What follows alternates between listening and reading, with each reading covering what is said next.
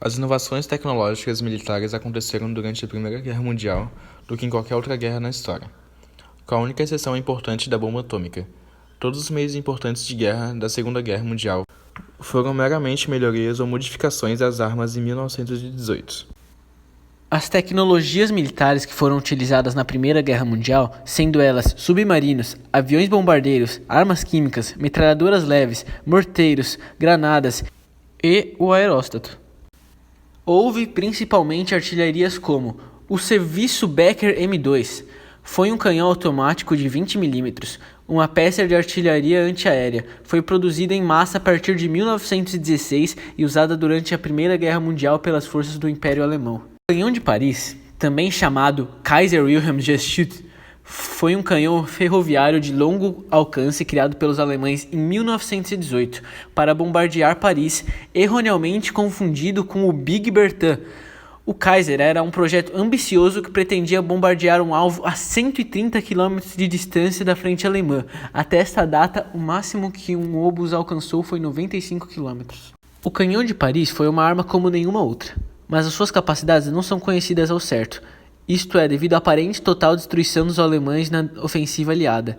Os números anunciados para a arma quanto ao tamanho, alcance e desempenho variam muito. Dependendo da fonte, nem mesmo o número de cartuchos é certo. O canhão Kaiser era, na verdade, um obuseiro, ou seja, um canhão que dispara projéteis em trajetórias e curvas calculadas. Causou um grande impacto sobre a moral do mundo, pelo seu feito inédito. Suas granadas detinham um recorde de altitude lançado por um artefato humano, 42 km de altitude, recorde que só foi quebrado em fins de 1994 pelo foguete V2. Navios encouraçados. Um couraçado, ou encouraçado, é um navio de guerra pesadamente blindado e armado com as peças de artilharia de longo alcance e de maior calibre existentes. Os encouraçados surgiram na Inglaterra em 1906 com o lançamento ao mar do poderoso HMS Dreadnought, um imenso navio de guerra com mais de 18 mil toneladas, padronizado e com 10 canhões de 12 polegadas e motores a gás. Normalmente, os couraçados eram maiores, mais armados e mais blindados que os cruzadores e os contra-torpedeiros, que são outros dois tipos de navios de guerra. Guerra das Trincheiras.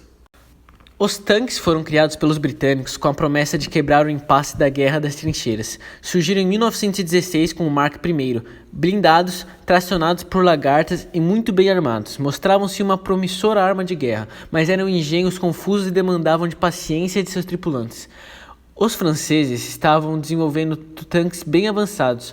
Quando a guerra terminou e todos os investimentos foram cancelados, porém, as ideias permaneceram e os veículos adquiriram a maturidade na Segunda Guerra Mundial, ganhando o apelido de Os Seis do Campo de Batalha. Gases venenosos. Em 22 de abril de 1915, durante a Segunda Batalha de Ypres, os alemães lançaram um grande ataque de gás de cloro sobre trincheiras ocupadas por britânicos, franceses e argelinos. Em apenas 10 minutos, 5.000 soldados estavam mortos e milhares feridos.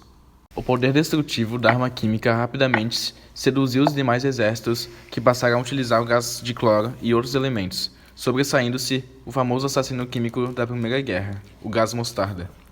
Submarinos, chamados por vezes de lobos do mar, os submarinos foram destacadamente utilizados pela Alemanha, que visava arruinar a poderosa marinha de superfície britânica para tomar o controle dos mares, cujas suas funções de ataque são transportes, patrulhas e lançamento das terríveis minas marítimas.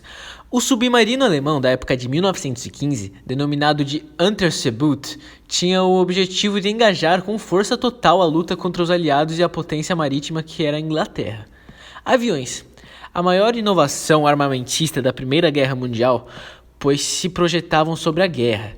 Logo, a avaliação militar ganharia seus ases, sobretudo o as do Ases, o alemão Manfred von Richthofen, o Barão Vermelho, inicialmente restritos a funções de reconhecimento, logo passaram a desempenhar funções de escolta e bombardeio. No fim da guerra, surgiria o conceito de bombardeio estratégico, onde o foco é a destruição do parque industrial inimigo para sua limitação de guerrear ou mesmo colapso dos meios de produção. Exemplo, em apoio aos aliados turcos otomanos que disputavam imprescindível canal de Suez. Os alemães lançaram bombardeios aéreos a partir da Palestina e comandaram eficientes regimentos de artilharia turcos em terra.